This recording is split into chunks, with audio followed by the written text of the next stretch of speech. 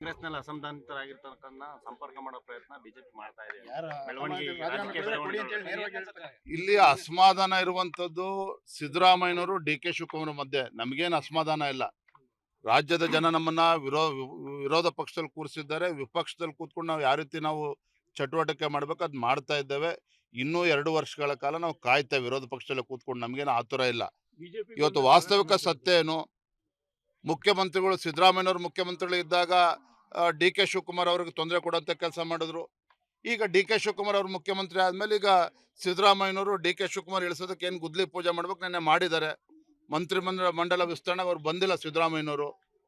ಇವರ ಸಿದ್ದರಾಮಯ್ಯನವರು ಮತ್ತು ಡಿ.ಕೆ. ಶಿವಕುಮಾರ್ ಮಧ್ಯೆ ಆಗ್ತಾ ಇರುವಂತಹ ಒಳಜಗಳ, ಗೊಂದಲ ಇವತ್ತು ರಾಜ್ಯವನ್ನ ಬಲಿ ತೆಗೆದುಕೊಳ್ತಾ ಇದೆ. ಇವ್ರಿಗೇನಾಗಬೇಕಾಗಿರೋದಿಲ್ಲ. ಇವ್ರಿಗೆ ಕೇವಲ ಅಧಿಕಾರವನ್ನು ಹೇಗೆ ಉಳಿಸ್ಕೊಂಡು ಹೋಗ್ಬೇಕು, ಯಾವ ರೀತಿ ಹಂಚ್ಕೋಬೇಕು, ಇದ್ರ ಬಗ್ಗೆ ತಲೆ ಕೆಡಿಸ್ಕೊಂಡಿದ್ದಾರೆ ವಿನಃ ರಾಜ್ಯದ ಬಗ್ಗೆ ಕಿಂಚಿತ್ತೂ ಕೂಡ ಕಾಳಜಿ ಇಲ್ಲ. ನಾನಿವತ್ತು ತಮ್ಮ ಮುಖೇನ ರಾಜ್ಯದ ಮುಖ್ಯಮಂತ್ರಿ ಕೇಳೋದಕ್ಕೆ ಇಚ್ಛೆ ಪಡ್ತೇನೆ. ನಿನ್ನೆ ತಾವೇನು ಕ್ಯಾಬಿನೆಟ್ ಎಕ್ಸ್ಪೆನ್ಷನ್ ಮಾಡಿದಿರಲ್ಲ, ಸಮಗ್ರ ಕರ್ನಾಟಕದ ಹಿತವನ್ನ ಇಟ್ಕೊಂಡು ನೀವೇನಾದ್ರೂ ಕ್ಯಾಬಿನೆಟ್ ಎಕ್ಸ್ಪೆನ್ಷನ್ ಅನ್ನು ಮಾಡಿದಾರಾ? 7-8 ಜಿಲ್ಲೆಗಳಿಗೆ ಇವತ್ತು ಕ್ಯಾಬಿನೆಟ್ ಅಲ್ಲಿ ರೆಪ್ರೆಸೆಂಟೇಷನ್ ಇಲ್ಲ. ಮಂಕಾಳ್ ವೈದ್ಯ ಇವತ್ತು ಫಿಶರ್ಮನ್ ಕಮ್ಯುನಿಟಿಗೆ ಸೇರ್ತಕ್ಕಂಥವ್ರು, ಮಗುವೀರ ಕಮ್ಯುನಿಟಿ ಸೇರ್ತಕ್ಕಂಥವ್ರು, ಅಂತ ಅತ್ಯಂತ ಹಿಂದುಳಿದ ವರ್ಗಕ್ಕೆ ಸೇರಿರ್ತಕ್ಕಂಥ ಮಂಕಾಳ್ ವೈದ್ಯರ ಹೆಸರು ದೆಹಲಿಯಿಂದ ಆ ಪಟ್ಟಿಯಲ್ಲಿ ಬಂತು. ಇಲ್ಲಿ ಕಟ್ ಮಾಡುವಂತ ಕೆಲಸ ಮಾಡ್ತು ಅಂತ ಹೇಳಿದ್ರೆ ಇವತ್ತು ಆ ಸಮಾಜದ ಬಗ್ಗೆ ಯಾವ ರೀತಿ ಕಳಕಳಿ ಇಟ್ಕೊಂಡಿದ್ದಾರೆ ಮಾನ್ಯ ಮುಖ್ಯಮಂತ್ರಿಗಳು ಅಂತ ಹೇಳಿ ಇದರಲ್ಲೇ ಗೊತ್ತಾಗ್ತದೆ. ಅದೇ ರೀತಿ ಚಿಕ್ಕಮಗಳೂರಿನಲ್ಲಿ ಆ ಹೆಣ್ಮಗಳು ಇವತ್ತು ಕ್ಯಾಬಿನೆಟ್ ಅಲ್ಲಿ ಹೆಸರು ಬಂತು.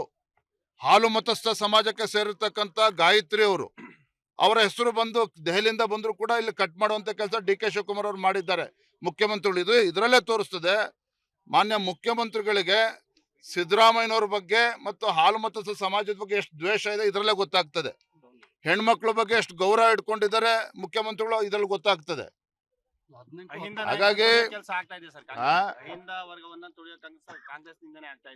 ಇದನ್ನ ಸಿದ್ದರಾಮಯ್ಯನವರೇ ಕ್ಯಾಬಿನೆಟ್ ಎಕ್ಸ್ಪೆನ್ಷನ್ಗೆ ನೆನ್ನೆ ರಾಜಭವನಕ್ಕೆ ಬರ್ದೇನೆ ಅವರ ಒಂದು ಏನು ಸಹಮತ ಇಲ್ಲ ಅನ್ನೋದನ್ನ ಅವ್ರು ತೋರಿಸ್ಕೊಟ್ಟಿದ್ದಾರೆ. ಅಸಮಾಧಾನವನ್ನ ತೋರಿಸ್ಕೊಟ್ಟಿದ್ದಾರೆ ನೆನ್ನೆ ಸಿದ್ದರಾಮಯ್ಯನವರು. ಒಟ್ಟಾರೆಯಾಗಿ ಮಂತ್ರಿಮಂಡಲದ ವಿಸ್ತರಣೆ ಇರ್ಬೋದು, ಮಾನ್ಯ ಮುಖ್ಯಮಂತ್ರಿಗಳು ಇರ್ಬೋದು, ಕಾಂಗ್ರೆಸ್ ಸರ್ಕಾರ ಇರ್ಬೋದು, ರಾಜ್ಯದ ಅಭಿವೃದ್ಧಿ ಬಗ್ಗೆ ಚಿಂತನೆ ಇಲ್ಲ. ಕೇವಲ ರಿಯಲ್ ಎಸ್ಟೇಟ್ ಬಗ್ಗೆ ತಲೆ ಕೆಡಿಸ್ಕೊಂಡಿರ್ತಕ್ಕಂಥ ಮುಖ್ಯಮಂತ್ರಿ ಬಿಡದಿ ಟೌನ್ಶಿಪ್ ಬಗ್ಗೆ ತಲೆ ಕೆಡಿಸ್ಕೊಂಡಿದ್ದಾರೆ ವಿನಃ ಕನಕಪುರ ಏರ್ಪೋರ್ಟ್ ಬಗ್ಗೆ ತಲೆ ಕೆಡಿಸ್ಕೊಂಡಿದ್ದಾರೆ ವಿನಃ ರಾಜ್ಯದ ಅಭಿವೃದ್ಧಿ ಬಗ್ಗೆ ಏನೂ ಕೂಡ ಇವತ್ತು ಆಲೋಚನೆ ಇಲ್ಲ ಇವತ್ತು ರಾಜ್ಯ ಸರ್ಕಾರಕ್ಕೆ, ಮಾನ್ಯ ಮುಖ್ಯಮಂತ್ರಿಗಳಿಗೆ.